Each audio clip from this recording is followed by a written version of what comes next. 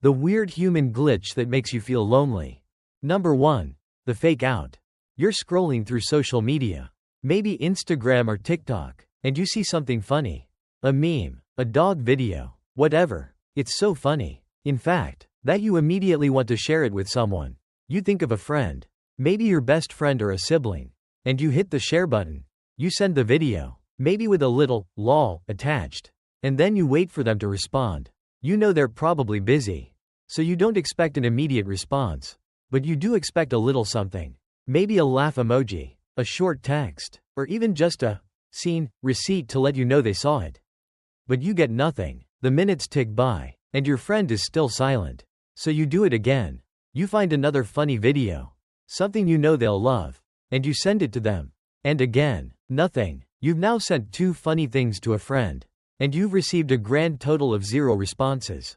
It's at this moment that a little voice in the back of your head, the one that sounds a lot like a high school bully, starts to whisper, they're ignoring you. It says, they hate you. They're probably out with someone else, having more fun. Your brain, a master of self-sabotage, has just initiated what's known as the * social feedback loop of doom.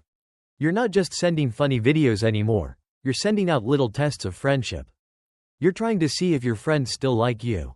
And when they don't respond immediately, your brain tells you that they don't. You feel lonely, you feel rejected, and you feel like you're the only person in the world who's constantly reaching out to avoid. You feel like you're talking to yourself, even though you're using your friend's name. This isn't a problem with your friends, it's a problem with your brain. And it's so desperate for connection that it's willing to create a fake narrative of loneliness just to have something to do. Number 2. The unseen ghost. You're at a crowded party, or maybe a coffee shop, and you're with a group of people. You're laughing, you're talking, and you're generally having a good time. But then, for a split second, you get a weird feeling. It's like you're watching a movie and everyone else is in it. But you're just a part of the audience. You can hear their voices. You can see their faces. But you feel like you're not actually there. You feel disconnected, like a ghost in the machine. And it's a feeling that makes you want to crawl out of your own skin. This is the * loneliness of proximity, and it's the most ironic form of loneliness there is. It's the feeling of being surrounded by people, but still feeling completely and utterly alone. Your brain, a highly advanced pattern recognition machine, is constantly scanning your social environment for cues of belonging. It's looking for people to make eye contact with, people to laugh with, and people to talk to. But sometimes, when you're in a group of people, your brain gets overwhelmed. It can't find a single person to latch onto, and it interprets this as social rejection. It doesn't matter that you're in a room full of your friends. What matters is that for a fleeting moment, your brain felt like it was alone, and in that moment, it creates a whole narrative of loneliness.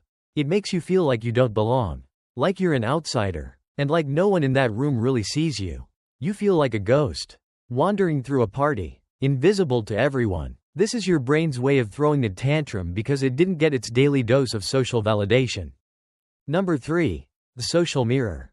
You've just left a social gathering, maybe a party or a dinner with friends, and you're walking home. The party was fun, you had a good time, and you said all the right things.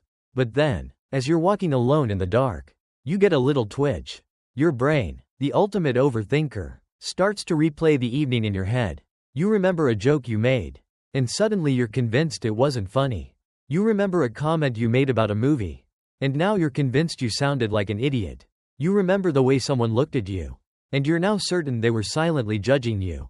You get home, and instead of feeling good about the night, you feel terrible, you feel lonely, you feel misunderstood, and you feel like you've somehow managed to alienate every single person in that room.